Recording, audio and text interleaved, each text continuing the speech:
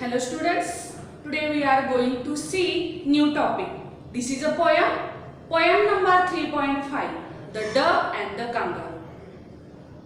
You know that duck means बदक and kangaroo नावाचा एक प्राणी आहे. So before we start our poem, let us see some new words and their meanings. Okay, so look at the blackboard. First, good, gracious. एखादी तीव्र भावना व्यक्त करण्यासाठी जे उद्गार काढले आहेत. गुड ग्रॅशियस म्हणजे बापरे, इथं आश्चर्य व्यक्त करण्यासाठी काढलेले उद्गार आहेत.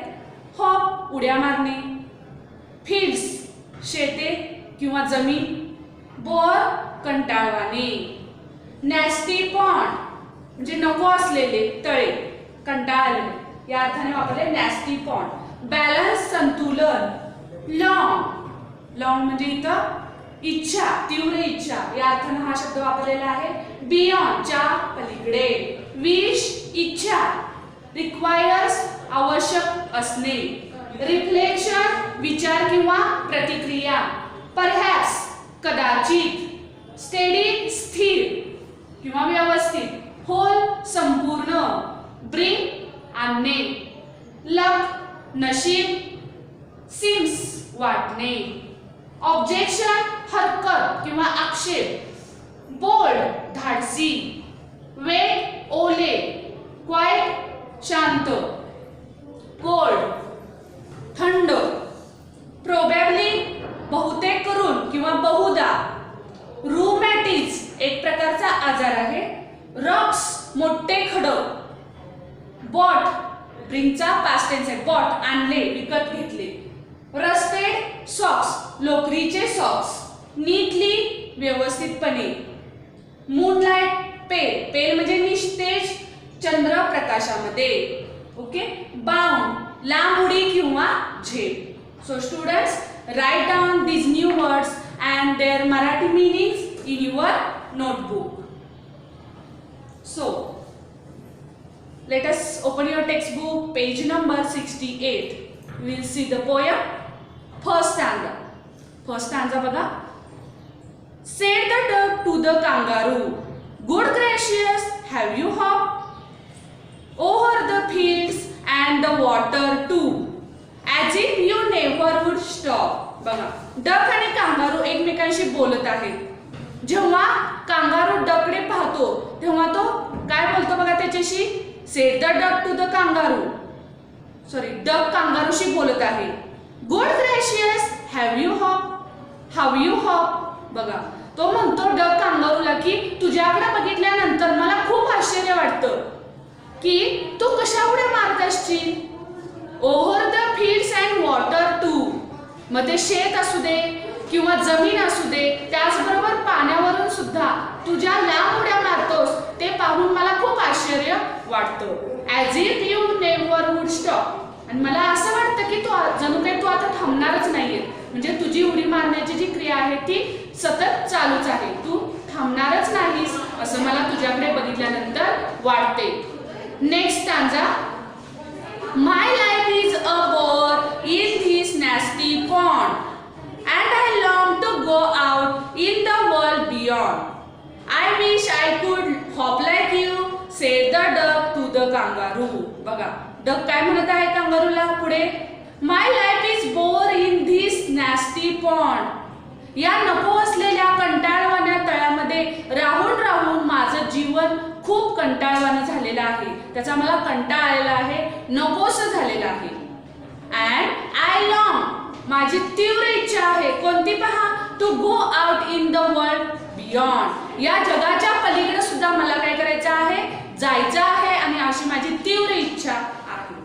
I wish I could hop like you, आणि तुझ्याकडे बघितल्यानंतर मलाही असं वाटतं की तुझ्यासारख्या जर उड्या मला मारता आल्या तर किती छान होईल, मी सुद्धा संपूर्ण जग पाहू शकू. Say the duck to the kangaroo, अशा पद्धतीचं आपलं मत डक पुन्हा पुढे व्यक्त करत आहे कांगारू पुढे. बघा नेक्स्ट, याच्यावरती कांगारू काय म्हणतं पहा.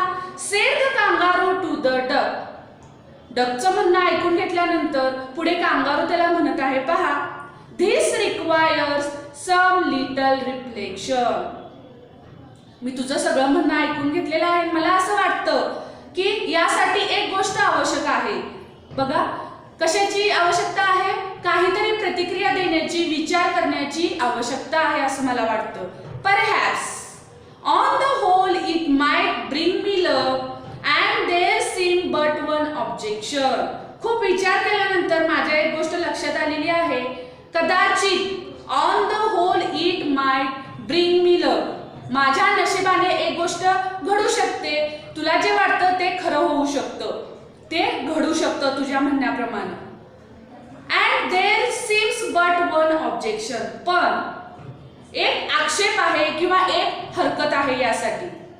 विच इज, जेव्हा कांगारू त्याचं मत सांगतं की माझ्या नशिबाने हे सुद्धा सत्य होऊ शकतं, तुझी इच्छा पूर्ण होऊ शकते, बट याच्या पाठीमागे काय एक आक्षेप आहे किंवा एक हरकत आहे असं म्हणल्यानंतर डक त्याला विचारतो विच इज, कोणती हरकत आहे, कोणता आक्षेप आहे.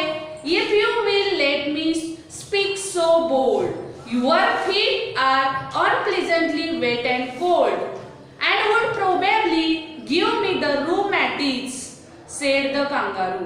बघा याच्यावरती कांगारू म्हणत आहे if you will let me speak so bold, तू जर मला धाडसी विधान करण्याचा चान्स दिलास किंवा माझं मत व्यक्त करायला सांगितलंस तर माझं मत असं आहे your feet are unpleasantly wet and cold. तू पाण्यातच राहत असल्यामुळं तुझे जे पाय आहेत ते पाय कसे असतात, नेहमी ओले असतात आणि थंड असतात. Wet and cold and would probably, त्यामुळं बहुतेक करून किंवा बहुधा give me the rheumatics, said the kangaroo, मी तुझी इच्छा पूर्ण करू शकतो. तुला जसं की उडण्याचा आवड आहे तर मी माझ्या शेपटीवरून तुला मी काय करू शकतो, उड्या मारण्याचा आनंद देऊ शकतो. पण तुझे पाय कसे असतात, नेहमी वेट अँड कोल्ड, त्यामुळे कदाचित मला रूमॅटिक्स हा आजार तुझ्यामुळे होऊ शकतो असं मत तो व्यक्त करतो. याच्यावरती डक काय म्हणतो पहा, page number 69. Said the duck as I sat on the rocks. बघा डक म्हणत आहे as I sat on the rocks I have thought over that completely and I bought 4 pairs of rusted socks which fit my wet feet neatly. बघा काय म्हणत आहे, as I sat on the rocks, मी जेव्हा मोठ्या खडकावरती बसतो, then I have thought over that completely, या विषयावरती मी काय केलेलं आहे, पूर्णपणे विचार केलेला आहे की माझे पाय कसे असतात, नेहमी वेट अँड कोल्ड. म्हणून मी याच्यावरती एक सोल्युशन काढलेलं आहे. I bought 4 pairs of rusted socks, मी काय विकत आणलेले आहेत, 4 जोड्या लोकरीचे सॉक्सच्या 4 जोड्या विकत आणलेल्या आहेत. ते सॉक्स काय होतात, which fit my wet feet neatly.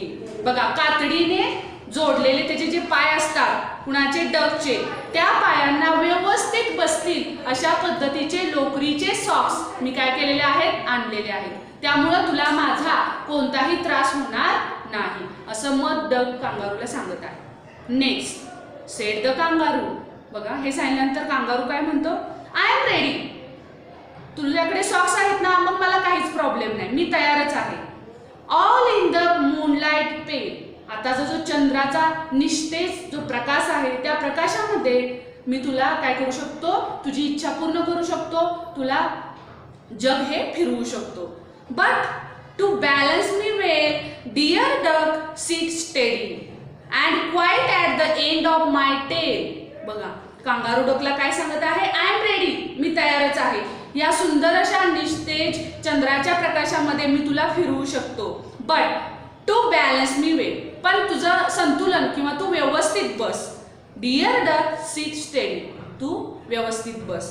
And quiet at the end of my tail, माझ्या शेपटीवरती शांतपणे व्यवस्थित बस आणि संतुलन म्हणजे व्यवस्थित बस, काय करू नकोस, तुझा बॅलन्स व्यवस्थित सांभाळ. Next so away they went with a hop and a bound and they hop the whole world 3 times round.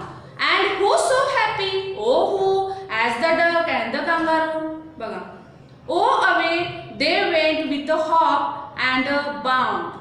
बघा जेव्हा कांगारू सांगतो की मी तयार आहे, आता आपण काय करूया, उड्या मारण्यासाठी जाऊया, पण तू माझ्या शेपटीवरती तुला बॅलन्स करून व्यवस्थित बस, तेव्हा ते काय करतात, दोघंही काय करतात, फिरण्यासाठी जातात. वेंट विथ अ हॉप, उड्या मारत ते पुढे पुढे जातात. अँड अ बाउंड, उंच उडी मारतात किंवा झेप घेतात.